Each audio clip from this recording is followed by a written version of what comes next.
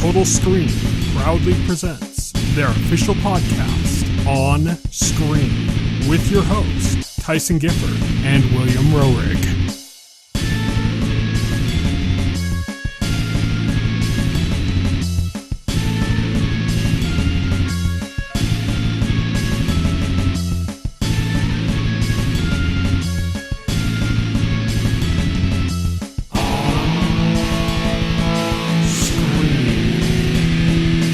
Hello, everybody, and welcome to On Screen, the official podcast of the Total Screen. My name is Tyson. My name is Will. And today we are going to be talking about quite a few things. Initially, we had planned for this to be our discussion, finally, of Sam Raimi's latest film, Send Help. But not E3 is going on, and we got some Sony State of Play stuff to go over, and it looks like there's going to be a Nintendo Direct next week, so we thought we'd make some predictions for that. So we got a pretty full show. Let's get started, though, with our On the Horizon segment.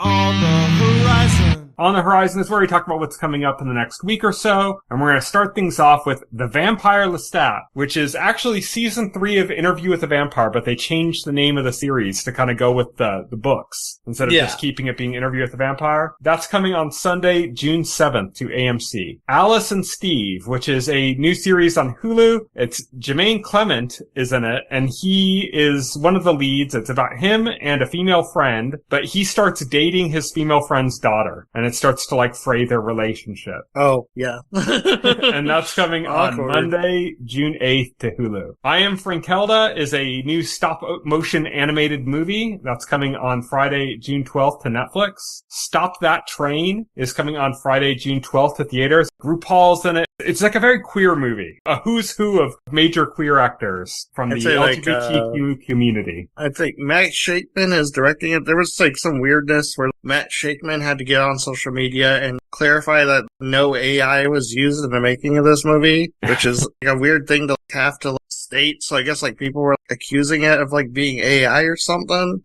I don't know. If you've seen trailers for it, it has this very commercial look to it. Yes. It's very bright and colorful. It's very it's very pretty, but not in a rich way that you typically expect from movies. So I could understand some people thinking, oh, that's AI or something. It has that look, or Right. To me, it looks more like a commercial. Every scene feels like it's going to end with somebody saying, and use Irish Spring or something, Yeah. The Furious is also coming to theaters on Friday, June 12th. This is that action movie that covers all the bases of Asia. Remember, I think we talked about the trailer for this, where it was it's a Japanese director. I think it's filmed in Thailand. It's a Chinese supporting cast and stunt team. It's just this big, bringing all the Asian countries together for the ultimate Asian action movie. Right. That's coming on Friday, June 12th to theaters. As is Disclosure Day, which is the new Steven Spielberg movie. Mm-hmm. But that is it for our On the Horizon segment, and now we're moving on to On Beat.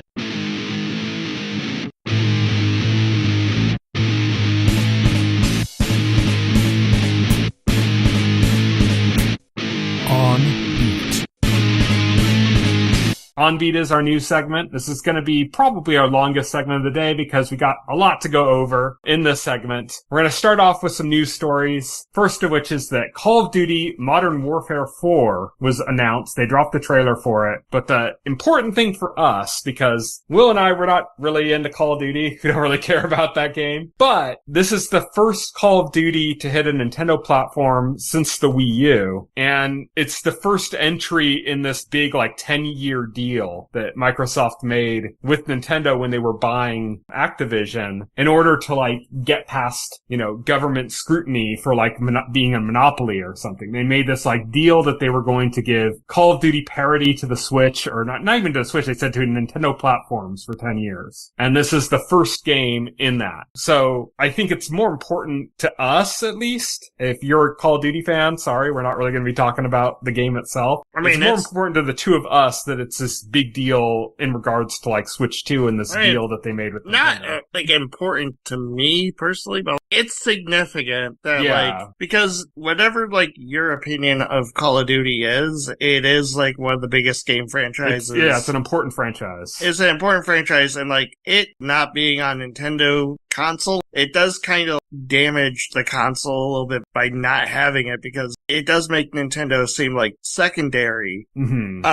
And so like it is good that it is getting it now. Like it's getting it with the other systems, because ideally, and for Nintendo especially, ideally you don't want your console to be like, this is the side console that I get. Just like a lot of people, I get the this little just brother for the console, I get this just for the Nintendo games. You kind of want it to be like, this is the console you get, and like you're gonna get like all the games that you want to play. Don't worry. Yeah, you want some level of parity, and Call of Duty is one of the major games that just wasn't coming to Nintendo systems. And you know, the Switch, massively successful. By the end of, I mean, it's still selling, and they're still selling games on it. By the time that system closes shop, it's probably gonna be the number one selling console of all time. Yes. If not, it's number 2 already. So it's right up there. And even the Switch didn't get a single Call of Duty game. So it was kind of like crazy that didn't happen. So when Microsoft made this deal with Nintendo, there was a lot of talk about it. You and I were talking about it. I don't know if we talked about it on the show, but you and I talked about it, definitely, about how big of a deal it was and stuff. And it's one of those things like, you and I, we're not going to really play Call of Duty, but it's still obviously important enough to bring up. Our next news story is that Zack Snyder is going to direct a reimagining of Escape from New York, with John Carpenter returning as producer, which means he just basically okayed it, apparently. Yeah. There are a bunch of directors that tried to get this project off the ground, and Snyder's the one that ended up winning out. Other directors that didn't get the bid included Robert Rodriguez and Radio Silence. Robert Rodriguez, of course, like Desperado, Mariachi, I think Robert Rodriguez would definitely have made a better movie than this. And Radio Silence, for those who don't know, did like the Ready or Not movies and the most recent Scream movies. Right. Well, like, not the most recent, the 2 before that. Yeah, no, not the most recent. They were involved in Scream 7. They did Scream, where it was renamed Scream without like a number, and then Scream 6. But yeah, I don't know. I think Robert Rodriguez is a better call for Escape from New York. I think Radio Silence would have been interesting too. Zack Snyder, I'm just expecting nothing but slow motion shots of a guy with a patch. His sensibilities are kind of like just not great. Well, this version of Snake is going to be really buff. Yeah, he's going to be really buff. He's going to have shiny muscles, and you're going to see a lot of them in slow motion. It's kind of like I see that. Does Escape from New York need a reimagining? Yeah. The movie is great as it is. Kurt Russell as Snake Plissken is kind of like, okay, John Carpenter's a producer. John Carpenter is there to take the check. Yeah. He said in interviews that he does not give a shit about these movies. It's just people are offering him a check to put his name on there as a producer, and he will happily take the money. Yeah. That's what he said, yeah. It's kind of like Ridley Scott. Ridley Scott's kind of like that too, where like, he's just like, I don't care. Like somebody was talking about like, how do you feel about making all these movies that are so important to this cinematic landscape and blah, blah, blah. And he was like, it's a job. Yeah. He's like, I just made the fucking movies. Who cares, you know? I think, you're going to have like a similar thing with John Carpenter here. He's just approved it. Yeah, exactly. I'm sure he cares enough that it was like, if it was like a worst case scenario thing, he might have said no, you know? But he doesn't care enough that he's like going to be actively involved, probably. No, he said in the past, like, he only cares about like the first 2 like Halloween movies that he directed. Every other Halloween movie made after that, he doesn't give a shit. His name was just on there as a producer, and he took a check. Yeah. So it's kind of like, don't look to that as a symbol of any like forthcoming quality, like, because it doesn't signify anything significant. Yeah, and you know, Zack Snyder is just.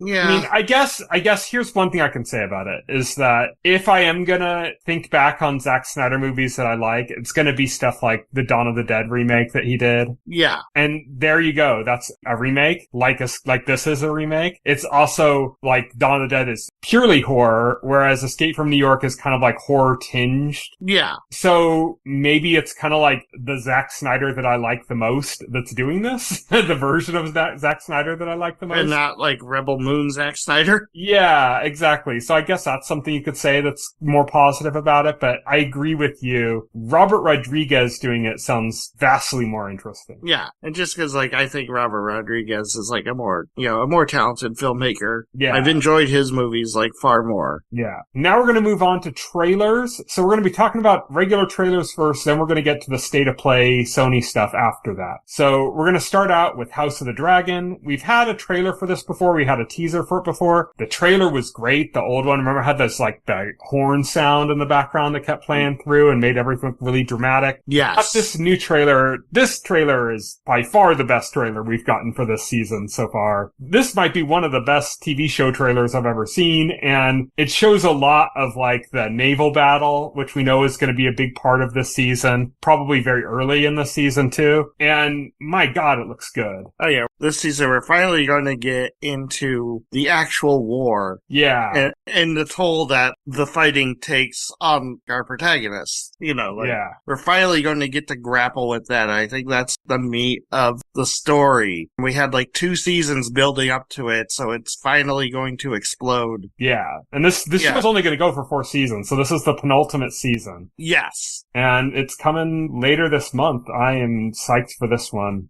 Me too. I can't wait. I think I was a little hesitant when like the teaser came out just because it was like, God, like I was a little burned out on rich noble machinations in the Game of Thrones world. I've talked about this, like why, Night of the Seven Kingdoms was such a breath of fresh air for me and why I liked it so much, is because it kind of went a little bit away from that, like humdrum, noble plotting shit. But man, this trailer brought me fully back on board. Like I'm psyched to see this again. Oh, me too. Next, we got a trailer for The End of Oak Street. Now, Will and I saw a teaser for this before. There is a teaser that came out before for this. We decided not to discuss it on the show because there just really wasn't all that much. Like the very base premise was basically about all that was in it. But now we got a trailer for it. We get to see kind of the dynamic of the family, like kind of really what's going on and kind of like the tone of the movie. Whereas before it was just like, oh, something weird. That's about all we know. Oh yeah, they were like teasing it. Like, yeah. I already knew what it was from like the log line they released. So like, I don't know why they would release the log line of what's about to do that kind of teaser. Yeah. But like even knowing the concept, like this is the first time we actually got to kind of see like the tone of the movie, like how the characters react to each other. It's kind of like, Spielbergian. Yeah, very much so. It kind of, yeah. And this is, I think it's not directed by J.J. Abrams, but it's produced by him. And it really kind of feels like that J.J. Abrams era of like Super 8, where it's that very like Spielbergian type of J.J. Abrams movie. But yeah, I think it looks good. I mean, it's very Spielbergian. And one of the biggest Spielberg movies is Jurassic Park, which is what this really looks a lot like in some ways. It's literally a family's entire neighborhood is mysteriously transported to prehistoric ages. And so now they're on their street and there's dinosaurs roaming around, and they have to like fight for survival all of a sudden. Yeah, but it's like a family movie. It's not like a horror film or something. So it's like an adventure, like an 80s style it's adventure movie. It's like 80s style adventure movie, yeah. It's got horror elements. We see like a dinosaur like eating a woman whole, but like there's no like gore or anything associated with it. So,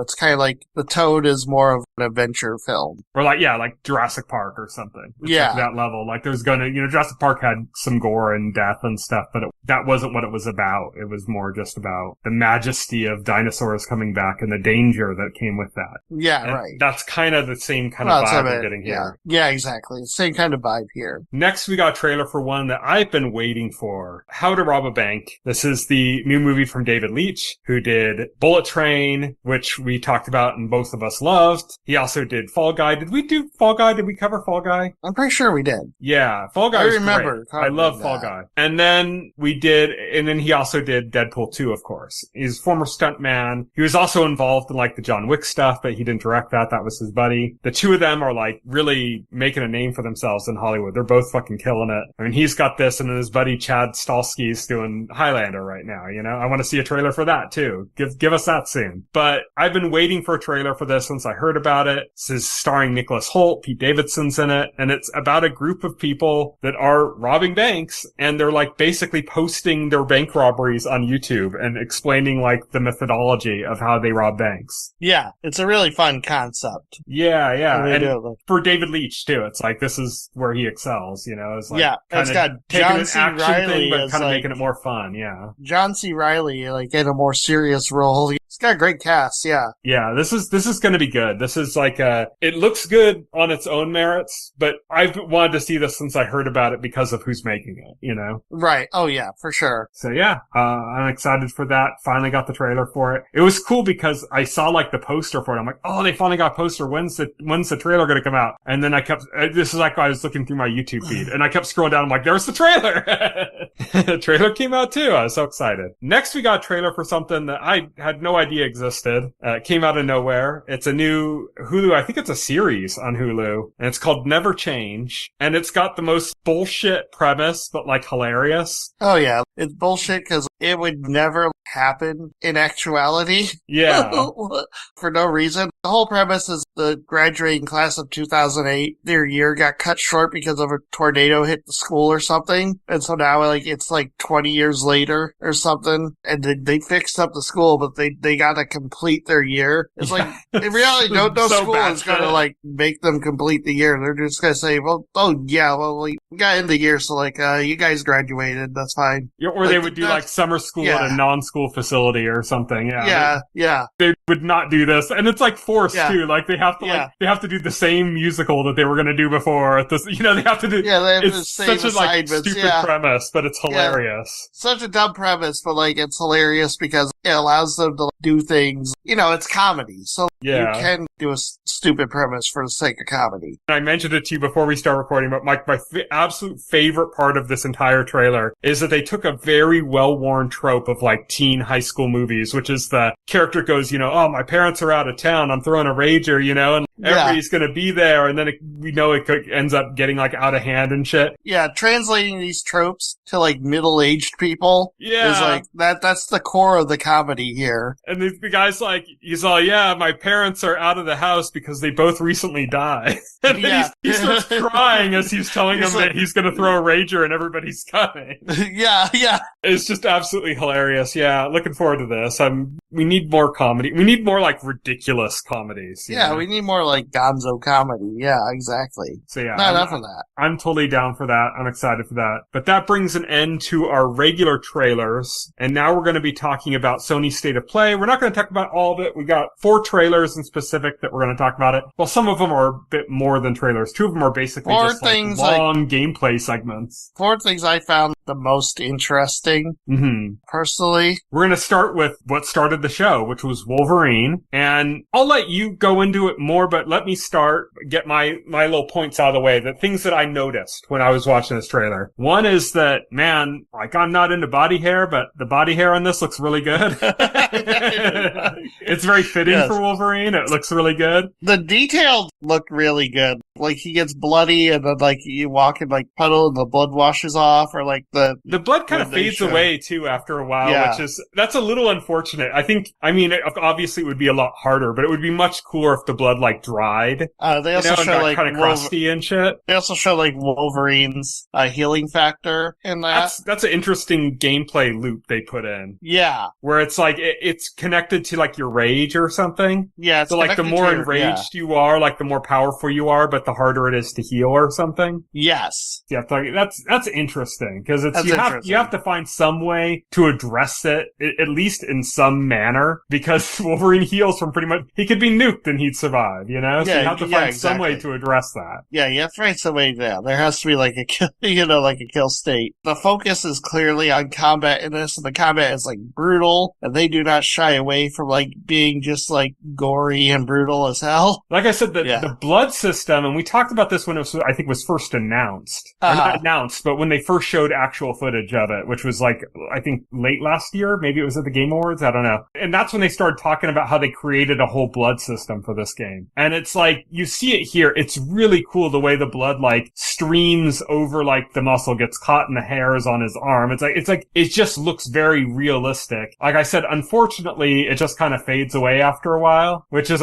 like, it would be so much cooler if they had found a way to kind of make it like get kind of dried and crusty on him or something and just kind of remain. And apparently the same thing happens with like, you can have suit damage, but the suit like heals itself when he does or something. So there isn't like a permanent state. And I'm not going to blame the game for that just because that's like really difficult shit to do, you know, that like no game really does. Like no game really goes into like that level of continuity, consistency. But it's like they're so close to it with like the realism that they're doing with the blood that it would have been so much cooler if they were able to get that much further. The other kind of disappointing thing I'll say about the trailer, and it's such a minor thing, it's not really like disappointing, it's me nitpicking, is that the game looks like really good. It's really amazing looking, but it's not using ray traced reflections, and that stands out very clear because there's a lot of shots in the trailer where he's like walking through puddles and crouching over puddles as he walks by, and he's not reflected. The environment is, but he's not, so it's using like screen space reflection, but not like his reflection isn't showing up in there, which is kind of like, it's like a little missed thing. But, you know, I guess if you're doing a blood system this new and innovative and you're making graphics look this good, there's gonna be like some spots where you just can't do everything. Right. So I can't hold that against it, is what I'm saying. Also, the game isn't out yet, so. Yeah, who knows? Yeah, they'll have to add in their ray traced reflections. For me, like, it looks incredible. I don't know, it looks like a lot of fun. I love the speed of it. Yeah, I love the speed, I love the brutality, really fits the character. There was one other thing I saw in this trailer, not really a trailer, this gameplay footage, that I don't know if it was just a cut in the footage that they did, or if it's like reflective of the actual game, but I've never seen this before in a game. I'm not saying this hasn't happened in a game before, I just haven't seen this in a game. And it's very common in a movie where you do a transition of like, a character will see like a car and go like, you know, oh, I got a car, and it shows him smiling, and then before it cuts away from him smiling, you hear the car engine like roaring to life, and then it cuts to like, you're already in the midst of the action with the car moving kind of thing. Oh, and they did this here with the bike, where he like encounters a motorcycle and he's like, oh, I can use this. And then you hear the motorcycle engine and then it cuts and he's like already in the middle of an action scene or something. I think like they just like cut that for the trailer. Like, I don't think that was like the game. I think that was I think it might be the game because it did an audio transition. And to me, that makes sense if it's the game, just because that's gonna, like, you don't have to like get on the bike and then follow the truck and get to the right position and then have it, you know, create a cut scene that then like starts. Right, yeah. Like they literally just cut it in. So if that is the case, then that's like, I don't think I've ever seen that in a game before. It's like very common in movies and TV shows and stuff, but I don't think I've ever seen like a cut on sound to like a new scene in a game before. That's just like never, it's because games have like load times and shit, you know, so they don't do that. But a big part of the PlayStation 5, even when it was announced and you had games like Rift Apart, was the idea that you could like load in multiple areas and seamlessly transition without having any kind of a load screen or something. I mean, that was a big part of like, what was it, Spider-Man 2, where you would switch between like Miles Morales and Peter Parker, and it just happened like instantly on the fly. Like it wasn't like it didn't go to a loading screen. Right, yeah. So that's what I wonder. I wonder if this is like in the game in that way. Because if it is, then that's the first time I've ever seen that. That's interesting. Yeah, I wonder that too. But yeah, for me, like, this is easily going to be like a day one purchase. It's later this year, right? It's what, September or something? Yeah, it's September. Yeah, this year. Yeah, all the games getting out of the way. Like, this probably would have been a November game, but they're all getting out of the way of GTA 6. Yeah, they're all avoiding GTA 6. In fact, like, September is actually, like, crowded now. Yeah. You look at the game release, it's crazy. But yeah, that looked good to me. Next one I want to talk about is Rayman Legends Retold. Yeah, and this we later found out is also coming to Switch too. Yeah, this one's coming to, like, everything, pretty much. Mm-hmm. Like, this is not going to be, like, an exclusive. This is, like, a remake of Rayman Legends for modern platforms. It goes beyond being, like, a remastered, because, like, they made, like, totally new graphics for this. It looks amazing. I mean, the graphics look very similar to the other version. The key difference is that the past version, it was all, like, sprite-based. It was all two-dimensional, and there would be scenes where the camera would move and stuff, but those were, like, cut scenes that were animated that transitioned you between other gameplay moments. Whereas this game is, like, fully 3D rendered, but it has that look. It looks exactly the same. It makes me think of the RE remakes that happened on GameCube, where, like, they looked really, really good, but they were still made the same way that the old games were, in the sense that they had, like, pre-rendered backgrounds and stuff, and that's why it looks so good, is because because they were able to do that. But you look at like modern RE games and it's like, yeah, they look better than that now. It was before it was like, oh yeah, it looks really good, but you have this fixed camera position and but you're not going to be able to get something that looks this good if you didn't do that. And then you look at like modern RE games and it's like, yeah, they look better than that and they're fully like 3D and everything. And that's kind of what this feels like, where like the old version looked really good, but it had this fixed camera angle and fixed like 2D perspective, and this is being rendered in real time 3-dimensionally. Yeah, exactly. But this is like a full remake. This isn't a remaster. No, yeah, this is a remake. Yeah. Also, we found out, it wasn't in the trailer, but this is going to be $40, which is a good discount price, and it's also coming with Rayman Legends Origin, or Rayman Origins, which is a whole other game. Yep, so that's really cool. I don't know why they didn't mention it in the trailer, but yeah, that's really cool. Yeah, I like I said to you before, I wonder if this is going to pop up in other events, like, Summer Game Fest or Nintendo Direct, and then they'll like have other information, like a separate trailer or something. It kind of makes me curious of why they didn't reveal that in the trailer. Oh, yeah. Next up, we have Onimusha Way of the Sword. So this is the third in the trilogy of RE Engine games that were basically offshoots of Resident Evil games back in the day that are coming to everything this year. By which I mean we had RE9, then we had Pragmata, which like we talked about that last week, and that game has like serious RE DNA. Onimusha was like the Pragmata of its time. It was like the old RE games, and they said, well, like, let's like basically make an RE game, but with samurai and stuff, and it'll have its own franchise, but it's very much in the RE DNA. Honestly, like, yeah, it's kind of funny how Capcom had like 2 new franchises spring out of just them doing like experiments on making like a Resident Evil 4. Yeah. Whereas like Pragmata was a brand new game, Onimusha was an existing franchise, but now it's back because it's been gone for like, I think the last game was on like PS2, wasn't it? Yeah, last game was on PS2, yeah. We had an Onimusha game. It was like pretty much a dead franchise before recently. Yeah, so now they just got to bring back Dino Crisis. That's like the last one, right? Yes. The last of its ilk, or like a completely new game in the way Pragmata was. But yeah, Onimusha, Way of the Sword. I hope this gets announced for Switch too, because then the trilogy would be complete on all platforms. I hope it does too. It looks like an amazing action game. I'm hyped for it. It's kind of interesting because, like I said, the Onimusha, the original Onimusha game, had so much RE DNA. This feels almost more like a Souls-like to me from what I've seen in the trailer. I guess so. But I mean, it doesn't like Onimusha never played like a Souls-like. I don't think this is going to deviate from that. So like, and there's a demo for this out, right? There is a demo. Yeah, they released a demo for this now, so you can download and play the demo. I love the fact Capcom is doing demos for their games. I think it's been successful because they did demos for. I think they did a demo for Requiem and they did a demo for Pragmata. I don't know about Requiem. They definitely did one for Pragmata. Yeah, that's what made me decide to get it. Yeah, so like I like that they're doing demos for their games. Like I think that definitely helps. Yeah, definitely. So that's cool. Like that's out now and stuff. Onimusha, yeah, it's just Capcom's just on fire, man. Capcom's on like a generational run. Yeah. Already, like, Requiem and Pragmata are like 2, like, Game of the Year contenders already. And it's crazy that they're both from the same company and, like, they're releasing this out in the span of, like, 1 year. Like, that's insane to me. Oh, I mean, it was like a month between RE Requiem and Pragmata or something. Or like 2 months, I think, actually. 2 months, right? Yeah. February for Requiem, April for Pragmata. Yeah. They released Monster Hunter Stories 3 in March. Yeah.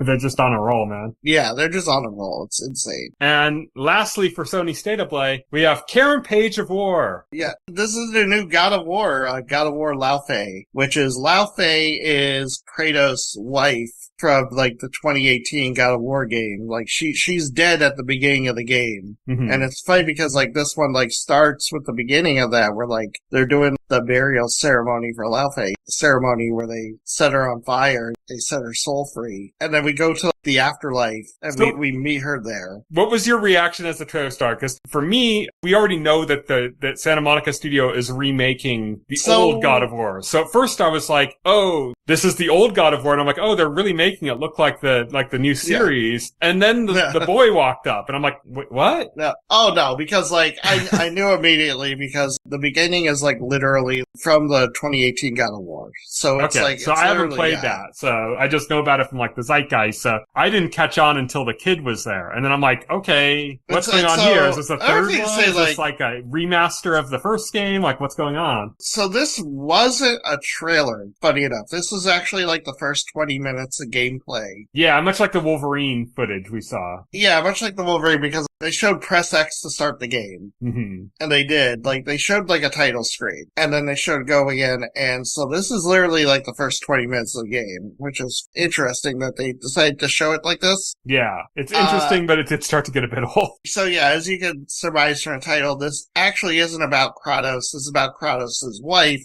who is dead, and she is in some sort of afterlife. It's like the afterlife for the gods. I heard that. Yeah, the afterlife for the gods. Yeah, this is, and immediately like you see like all these like pantheons like intermingling and coexisting. Yeah, there's some like Egyptian looking things going on. Yeah, and you know, there's like Chinese like mythology looking things and stuff like that. And like apparently she's in like, yeah, an afterlife for the gods where like, all the pantheons coexist and are vying for control or something. Mm-hmm. It's an interesting setup. It's an interesting world that they thrust you into. And it's Karen Page. Yeah, it's Deborah Ann Wall. Deborah Ann Wall is Lao Fei. She was Lao Fei in the God of War games, so she's reprising her role here. What's new is taking center stage this time, yeah. What's new is like she comes across some sentient ribbons attached to a sword and a sentient cube who is voiced by Jack Quaid. It's like a cube of gelatin or something. I don't know who's voicing the ribbons, but like Jack Quaid is voicing the gelatinous cube. Which means the female voice of the ribbons can only be Carl Urban. Yeah, Carl Urban, yeah. He's all, boy, I'm a chick that's a ribbon on a sword. The funny thing is, apparently the cube's name is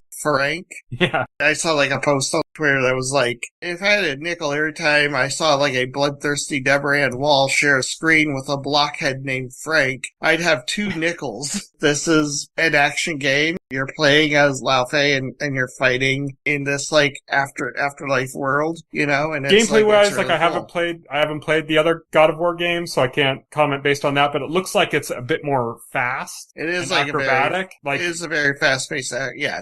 I know at least the 2018 God of War series, the God of War and Ragnarok, Kratos is a bit more sluggish. I think he was faster in the original games, but he's a bit more sluggish and menacing and just like a brute in those games. And here, like, you know, Lao Fei is like a lot more acrobatic. Quick, yeah. Which makes sense for her character. Mm-hmm.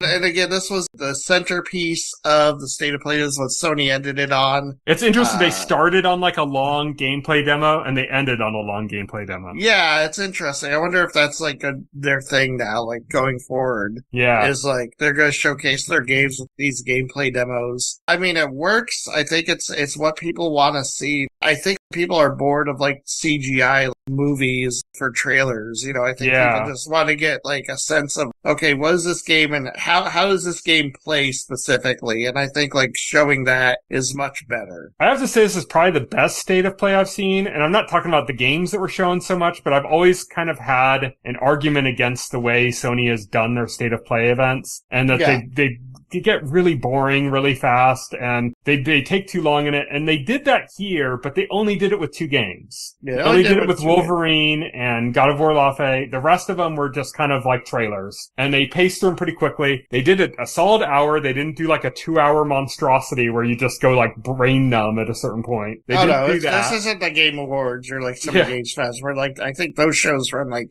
3 hours. Which, by the way, we got Summer Games Fest Friday, by the way, so. Yeah. Thankfully they didn't do that. So I think that worked out a lot better. I just think they got the pacing right because a lot of times they would just, like at old State of Play events, they would like cut like between every trailer, they'd have like a 30-second like swirling shapes logo thing to like transition from one thing. And then it would start, the next trailer would start and it'd be so slow. And then the second the trailer would end, they'd bring up somebody on stage or something like giving a really boring thing where they'd be talking about how they're excited to show you their game and stuff. And there's like a little bit of that here, but they definitely like put it up a clip. It doesn't quite move like Nintendo Directs move at like a blistering, you know, speed. movie. They just, like, it's game, really quick, fire off, then they go to, like, a highlight reel where you get, like, fucking 20 games in, like, less than a minute. They're not like that. They haven't gone that fast. And they do have those really long gameplay segments with, like, Wolverine and God of War Lafe. But this is definitely drastically improved in the pacing department from, like, past State of Play events. Oh yeah. They're getting a lot better with the pacing of these things. Like, yeah, there wasn't a point where I felt like they were lingering on any one thing for too long. I didn't have to sit through a bunch of, like, 30-second long, like, geometric shapes swirling around and stuff between game trailers. That was, like, really annoying, so I'm glad that didn't happen this time. It just kind of went from one game trailer to the next, so that was cool. Solid showing, I think. Yeah, solid showing, yeah. No, I agree. Yeah, but that is it for Sony State of Play. And now, I think we're going to move on to another segment.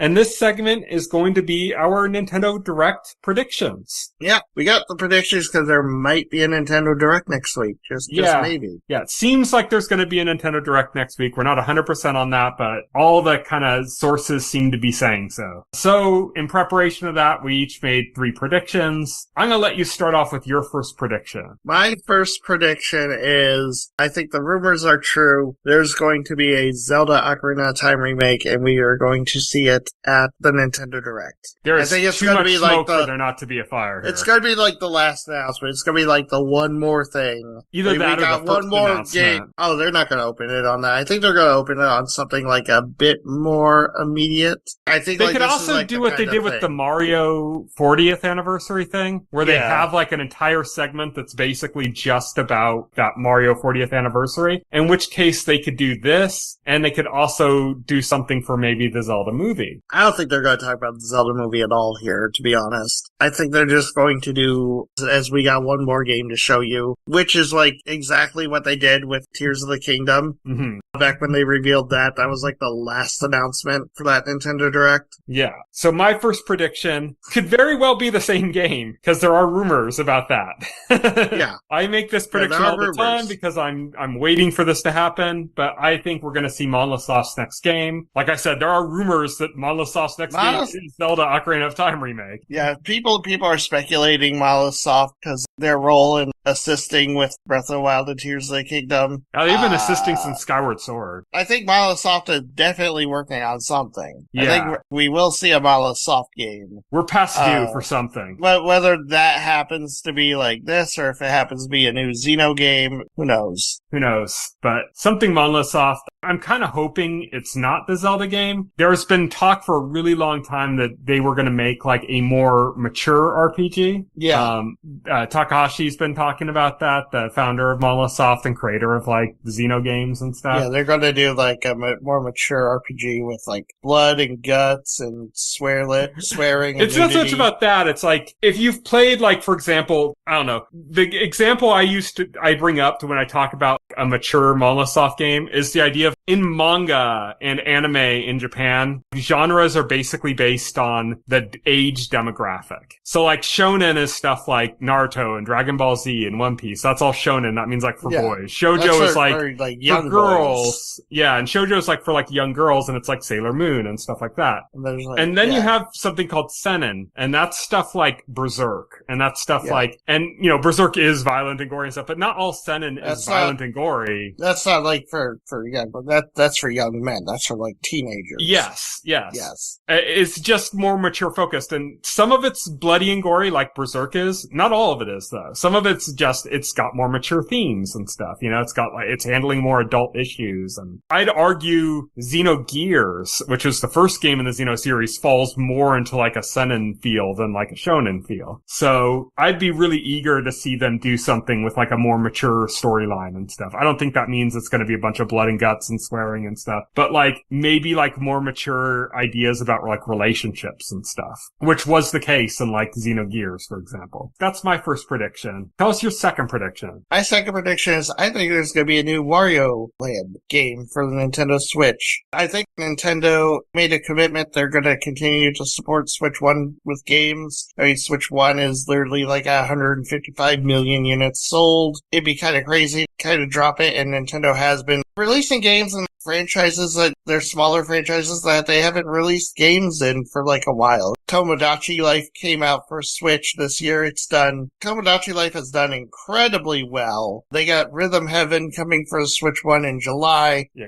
Kirby was a year one for the system. Yeah, Yoshi. And Wario Land is a series that we haven't seen a new entry since the Wii. I don't know, it seems like perfect for it. It's the perfect time to do another Wario platformer. The Not only have fans they want been it. touching on old franchises and stuff that have been kind of neglected, but they're also kind of playing around with things that are a bit more humorous and weird and stuff, and that's Wario, you know? Yeah, exactly. That's Wario. So I think it's perfect. I think it's time. Let's do it. So my second prediction is a twofer, so is my third prediction, but my second prediction is that I think we're going to get, I only picked two, but I think we're going to get quite a number of ports that we don't yet know about that are going to be coming to Switch 2 that were available on previous systems. And the two that I'm highlighting are Metaphor ReFantasio and Cleric Spear Expedition 33. Mm-hmm. I think both of those are going to be showing, just that there's ports coming of them. I don't know if they're going to be this year, but I think they're going to announce them. I mean, that's fair. I think you're right in that. And we've had rumors about both of those games. Yeah. So tell us your third prediction. My third prediction is there's going to be a new Punch-Out for Switch 2. I think Next Level? I think Next Level Games been cooking, and I think like they might be going to a sequel to their Punch-Out Wii game instead of like to a new Luigi's Mansion. I love the Punch-Out Wii game. Yeah, the Punch-Out Wii game is fun. Yeah. Punch-Out's just like a really fun franchise in general. Yeah, I kind of like the idea, like Punch-Out looks so good on Wii. I like the idea of what they'd be pulling with like Switch 2, you know?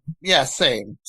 I think like that'd be interesting. Yeah. So my last prediction is kind of like the ports prediction I had before. I think that there are some games that have not yet been released, so they technically wouldn't be ports, that we're going to get announcements and they're going to be day and date. They're coming at the same time to Switch 2. Kind of like how Pragmata and RE9 were announced for Switch 2. It's like, oh, they're coming to Switch 2 and they're coming day and date. And I think we're going to get a few of those. And amongst those, I think we're getting the new Onimusha. To me, this makes total sense. I brought it up before. It's like basically the third in a quasi trilogy this year with like RE9, Pragmata. Why aren't we getting Onimusha too? Like, it just makes sense. We should be getting all of them. Like and we got both RE9 and Pragmata day and date. So I think they'll announce Onimusha, and it's also going to be day and date. And the other one is one that I'm still kind of blown away that it hasn't yet been announced for Switch or Switch 2. I think it's only going to be for Switch 2, but that is the second Bloodstained game. It just blows my mind that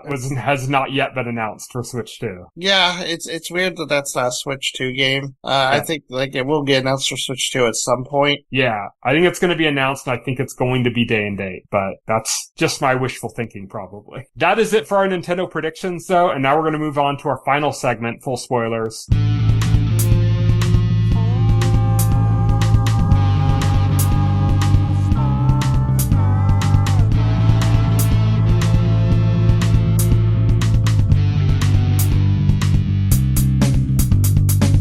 This week on Full Spoilers, we are finally talking about Send Help. This is the new movie from Sam Raimi, the director of the Evil Dead series, Drag Me to Hell, the Tobey Maguire Spider-Man movies. This was written by Damian Shannon and Mark Swift, who previously wrote Freddy vs. Jason and also like the Baywatch movie. And those two are also going to be writing another Sam Raimi movie, which is that remake of the movie Magic, the ventriloquist dummy movie that we mentioned on a news story, I think last week or the week before. I'm not sure when, but we talked about it recently, that he was announced that he was going to be directing that, and that it was going to be the same writers that did for Send Help. I saw Send Help when it hit theaters. You finally got a chance to see it. So just kind of broad impressions first. What are your thoughts on Send Help? This is a Sam Raimi-ass Sam Raimi movie. That's for sure. It's good to see Sam Raimi back, not just back on horror, but back on like R-rated horror. Yes. Because Drag Me to Hell was great, but like you could see where like it was nipped and tucked, you know? Right. Oh yeah, exactly. And it's so fun. Sam Raimi definitely brings his Evil Dead sensibilities to this. Yeah, it's a funny movie. Yeah, it's a funny movie with like a lot of gore, a lot of uncomfortable moments too. There are a lot of uncomfortable moments that aren't even like related to gore. There is a moment very early on where Rachel McAdams' character, Linda, she has some egg salad sandwich on her lip.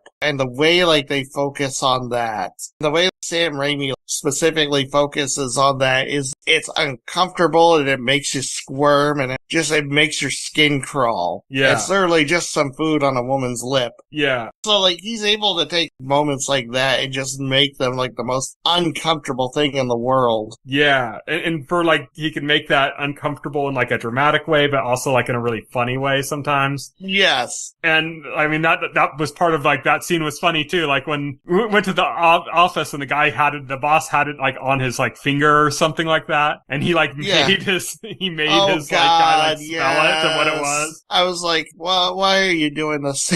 Sam Raimi, stop it. Why are you grossing me out like this? Yeah. And the gross out scenes of this are so good, man. There's another scene where, like, she's hunting a boar. She's killing this boar. Yes. And there's all this blood and gore and stuff. But it's, like, also, like, it's hilarious and, like, absurd. Yeah. It's, like, that reminded me of, like, peak Evil Dead. To, like, every time you think it's over, it just goes on a little further. Yeah. That specifically reminded me of peak Evil Dead, where, like, he's blending horror and comedy so well together. Yeah. I've mentioned this before with Sam Raimi. One of the hallmarks of a Sam Raimi movie, and it's not in all of his movies, but it's like a hallmark of his style, is like finding the edge of like good taste and pushing past it. And then once you push past it and everyone's uncomfortable, pushing past it again, you know? And there's several parts in this movie where that happens. Another good one is when the guy tries to escape, when Bradley tries to escape, and she ends up saving him, but she was poisoned by him, and she's throwing up on him and in his mouth as she's like trying to save him. And it just keeps happening, like it doesn't stop. I'm not normally too squeamish or stuff, but I definitely had to cover my eyes for that. It was like,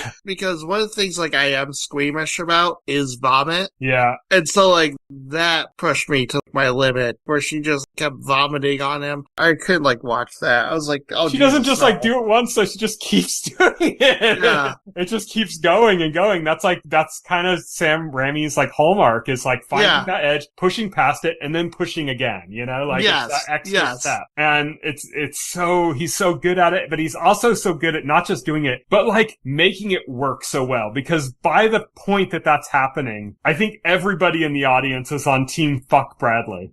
I'm on team fuck both of them. They're both No, I mean in that characters. moment. Yeah. I mean in that moment, I think everybody watching that movie is on team, oh, fuck this guy. And so when he's getting this like total gross out scene, getting like vomit in his mouth and shit, it's like, yeah, you fucking deserve it. And right. It even continues on like the awkwardness of their conversations after that when he has to kind of try to play nice even though it was very obvious that he ditched her for dead. And man, like it happens again. It's the same thing. Like almost right after that, there's a scene where she poisons him and makes him think that she's castrating him. Yeah. It's really interesting because like you get to the end of the movie and there's really like nobody to root for because they're both terrible. Oh yeah, they're people. both despicable, but the movie does a good job of setting you up to really hate this one guy. Yes. And then kind of like go, okay, well you're rooting for this girl, but you know, should you be? Yeah, exactly. The way they set up Linda, they set her up as this meek victim. She's a victim of these corporate douchebags of society around her. She's an admittedly annoying person, but she's like, but you still feel bad for her. Yeah, you still feel bad for her. And then you find out like she's a psychopath. Yeah. And it's kind of like, oh yeah, it's not like she's a psychopath directed towards Bradley in particular, which would be understandable in her circumstance, but there's a point where she flat out kills two innocent people just because she doesn't want to have to leave that island. Yeah. She doesn't want Bradley to get rescued. Yeah. She wants to continue her power. Yeah. She's feeling powerful for like the first time. Yeah, exactly. She feels like that's a place where she belongs. Yeah. Let's talk about the plane crash. It was amazing. It was hilarious. It was action-packed. I love the shot of after she the guy, they did such a good job of making Bradley's buddy so despicable because he's not just out for himself, but he's literally demanding that she give up her seat to him, you know? It's give me your seat. And then she stabs his hand and he goes out the window and then he gets caught right by her window and she can watch him dying out of her window and she just pulls the shade down. Oh yeah. It's so hilarious. They make it clear all these people are corporate douchebags. Yeah. You know, yeah.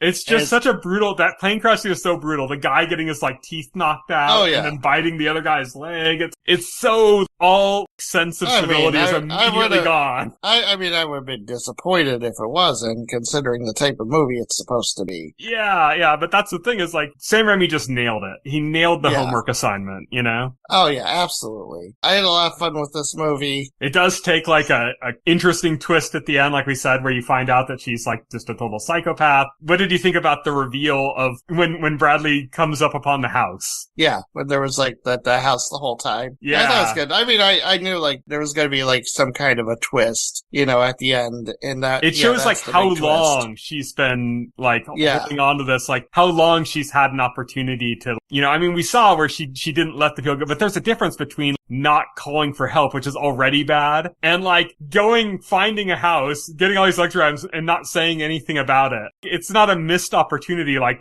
where she might have later on thought, oh, I should have said something, but I was caught up in my own moment and I didn't. Why did I do that? An internal struggle. No, she like had so many opportunities to like save them, to give them a more comfortable environment, you know, to put them in a better position. She literally like wanted to like have this power over Bradley. Yeah. And so like the reveal just like, it's something you already know at that point, that reveal happened, that like, oh, she is a psycho. And yeah, you don't know yet that I don't think you know yet at that point that she killed them. No, yeah, you just found out that she killed them because she admitted it at that point. Well, yeah. Well, I mean, they had the fight before that, but you had an idea that she knew. Yeah. But it wasn't 100% confirmed. No, like you knew they died, but you don't know if it was because maybe she didn't help them and they died because of that, right.